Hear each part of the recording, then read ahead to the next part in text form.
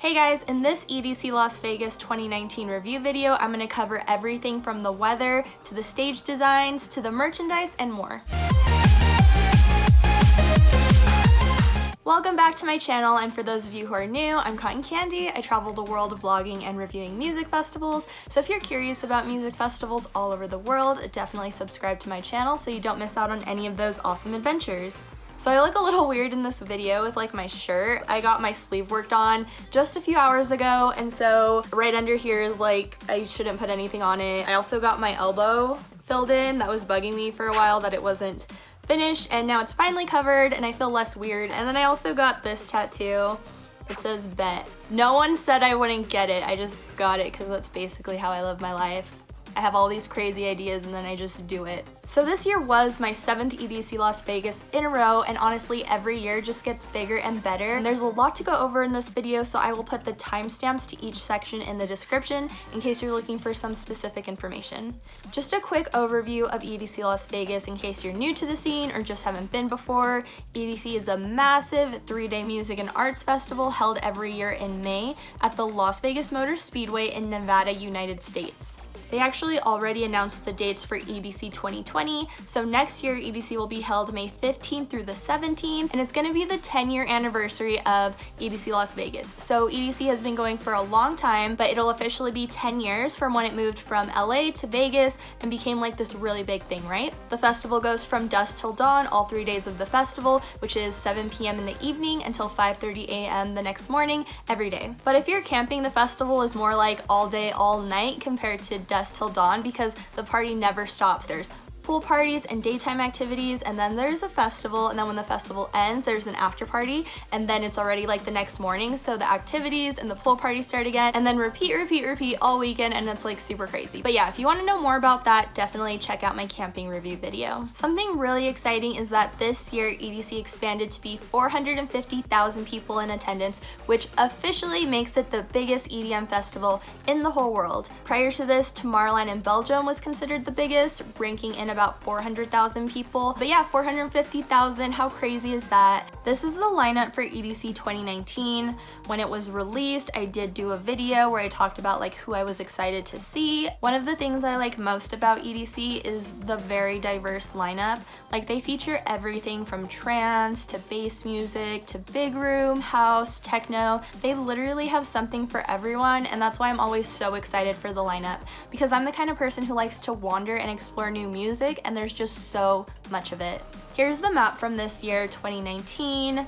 Everything is clearly marked. It's super accurate and very detailed. It's very easy to navigate through all of this. This map is super helpful, and yeah, EDC is like super big, but it's honestly really easy to navigate through even without the map. They just lay out the festival in a way that's super easy and intuitive for people to get from one side to the next. As you can see on the map, they have these giant roads there that are really great at guiding you and helping you get from one place to the other. Like if you were going from circuit grounds, you literally just follow the rainbow road with the lights that are like dividing it from the festival, and it'll take you all the way to Kinetic Field. See, super easy and intuitive. So let's talk about the stage designs, which are like super fun. One of the best parts about EDC are their super creative designs, and let's start with Kinetic Field.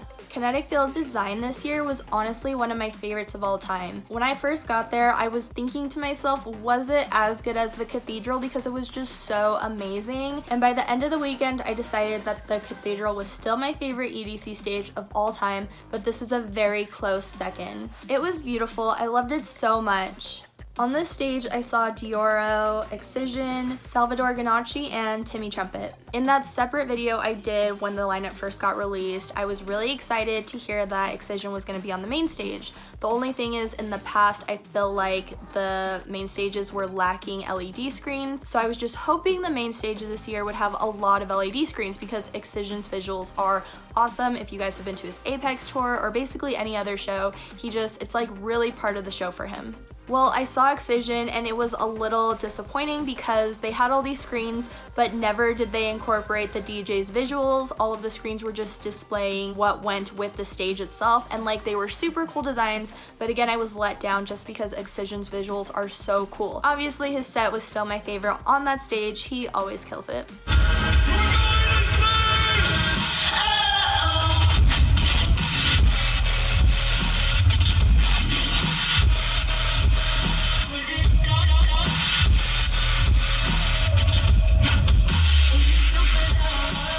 Cosmic Meadow got an all new design and everyone really loved it. I personally just wasn't there much, like I never saw a full set there. I was there for the opening ceremony with Bill Nye. He's really funny. It was a great way to kick off EDC with like that positive energy. By the way, our planet is round. If we need anybody here who insists on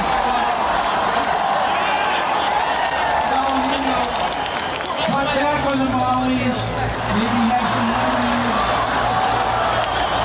Here's the lineup of the artists that played at Cosmic Meadow. I saw some of Deadmau5 right when the fireworks were happening and then he started.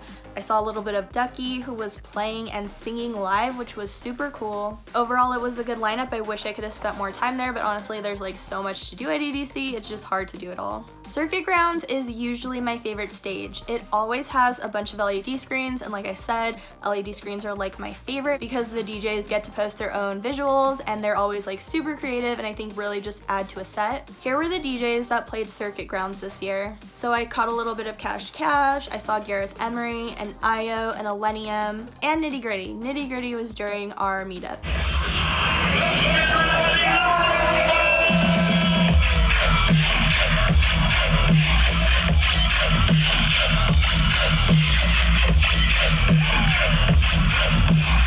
Neon Garden got a new design compared to last year and I loved it. I have to show you this clip from my blog of Neon Garden.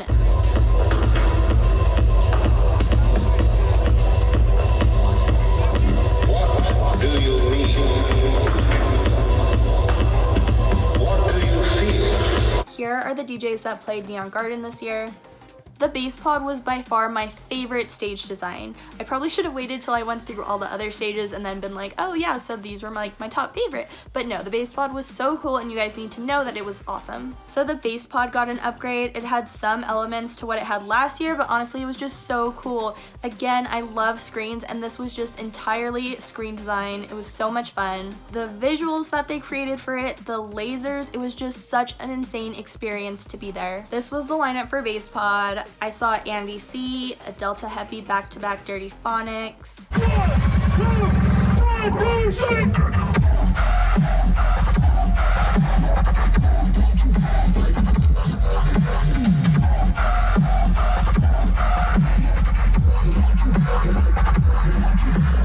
Wasteland's stage design was very similar to what they had the past 2 years. And when I got there, I was kind of disappointed that it didn't have like a huge upgrade. But then once I started experiencing sets there, I realized they actually did do a lot of upgrades. Basically, the majority of the design was screens, which again, I love because there's so much room for creativity, and honestly they had super cool visuals this year. I loved it. It was definitely my second favorite stage design, which is just so interesting because I just did not love it the past 2 years, but the modifications they made, it was just super cool. My favorite DJ played there obviously and he killed it, and I'm just so glad they had good visuals for his set because he deserves it.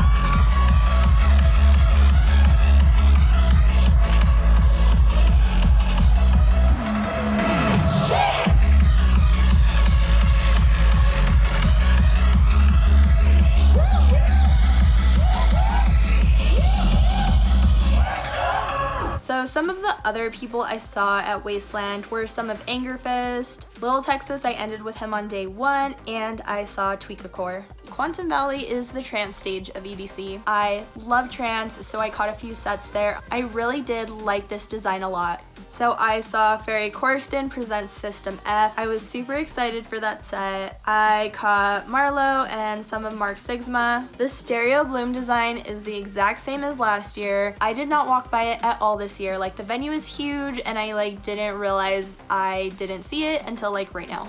When the map was released, there was some worry when everyone saw Circuit Grounds, Quantum Valley, and Neon Garden right next to each other. Everyone was worried there was going to be major sound bleed issues and it was just going to sound like crap. But I was at all 3 of those stages quite a bit and never ever did I hear any sound bleed from any of the stages next to them, and I was super impressed. Shout out to the stage designers, not only for their super cool, aesthetically awesome designs, but also the functionality of those designs that made sure everyone enjoyed the music to its full potential. And of course, in addition to these main stages, there are a bunch of art cars that are also playing music with DJs around the festival.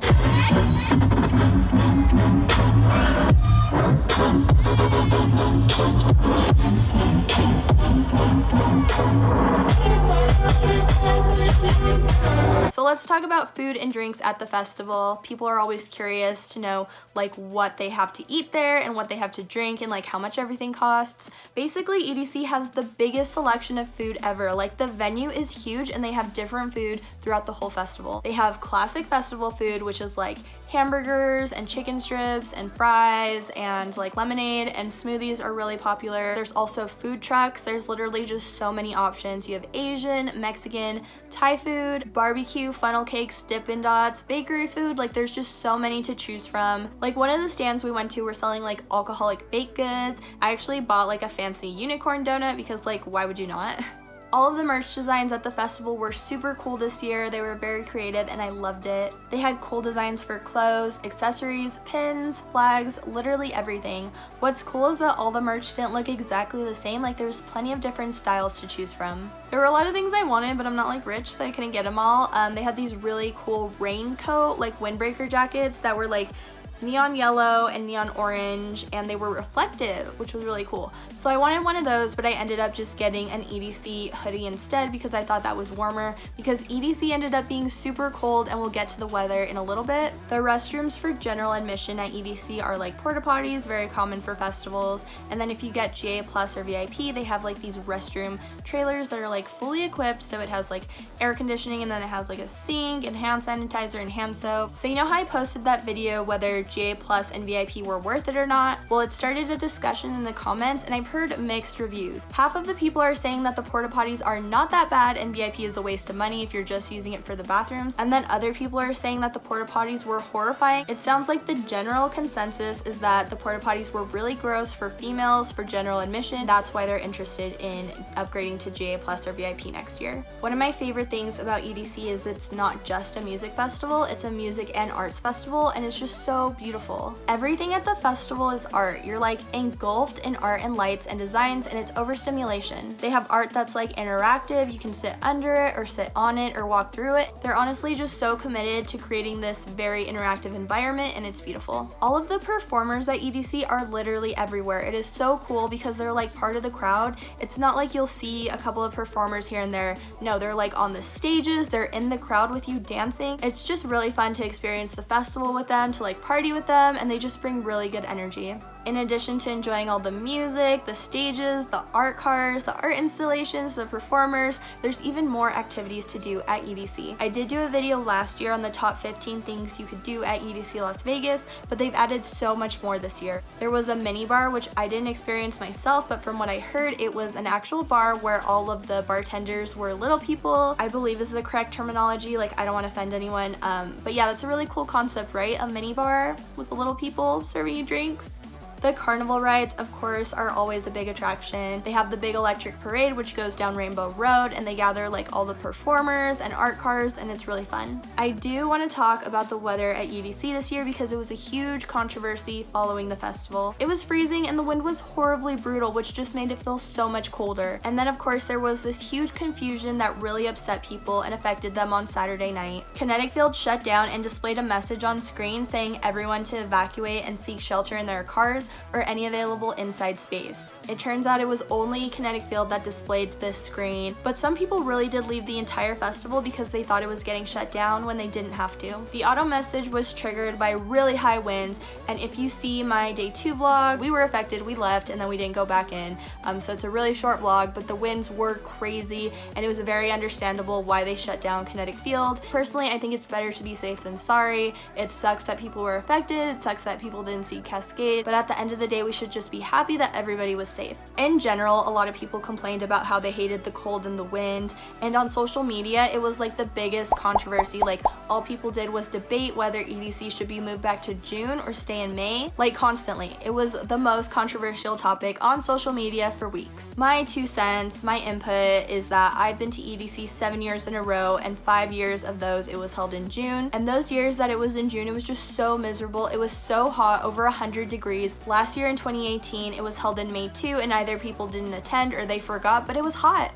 it was still hot. So my advice for the future is if you're going to EDC, prepare for both hot and cold, because May is a toss-up. Something worth mentioning is that there were 0 deaths at EDC this year, and some people might say like we shouldn't be celebrating that because that should be the standard. Well, it's not the standard. If you look at other music festivals that are held in the summer, like a lot of festivals struggle with the health of their attendees, and it takes an outstanding responsive medical team to keep 150,000 people safe and alive per day of EDC back to back from dusk till dawn, despite poor decisions people make with drugs and alcohol and not taking care of themselves. And honestly, probably one of the main reasons why there weren't so many medical cases at the festival this year was the temperature. Of course, in the past, EDC was held in 100-degree weather. The heat just takes a toll on you, and that is why I am pro keeping the festival in May, and they are not moving it back to June. Like, it's just not happening. The crowd at EDC was amazing as usual. Again, it's one of the many reasons why I love the festival so much. Everyone is so plur and just has good energy and positive vibes. Like, I never ever see a problem. So if we're talking about the good and the bad parts of the festival this year, I would honestly say that nearly everything was good. Just like I mentioned in this video, their attention to detail, how much they care about creating a good experience for everyone at the festival is just like super awesome of them. They put so much time and effort into every aspect of the festival, from the map to the stage designs. The only things I would say about the festival that were really bad this year was of course the weather, but Insomniac cannot control that. Just next year, remember to bring warm clothes just in case. The lines were really long. I don't know if they could do anything next year to help with that, but the lines for food were long. The lines for merchandise, which I already mentioned, were super miserable. The lines to get water, like I ended up buying bottled water a lot that weekend because I just didn't want to wait in those ridiculously long lines. Overall, EDC is an insane experience. It's like overstimulation. There's so much to do and see and listen to, it's just crazy. For me, it's the best, and I will continue to attend EDC Las Vegas every year. Let me know in the comments section if you attended EDC. I would love to know what you thought about the festival this year. Don't forget to subscribe to my channel for videos on festivals all over the world, including DEF CON 1 in the Netherlands, Edclv in Austria, and Hard Island in Croatia this year. I'm super excited to share my experiences with you guys. And yeah, thanks again for watching, and until next time, peace out, Girl Scouts.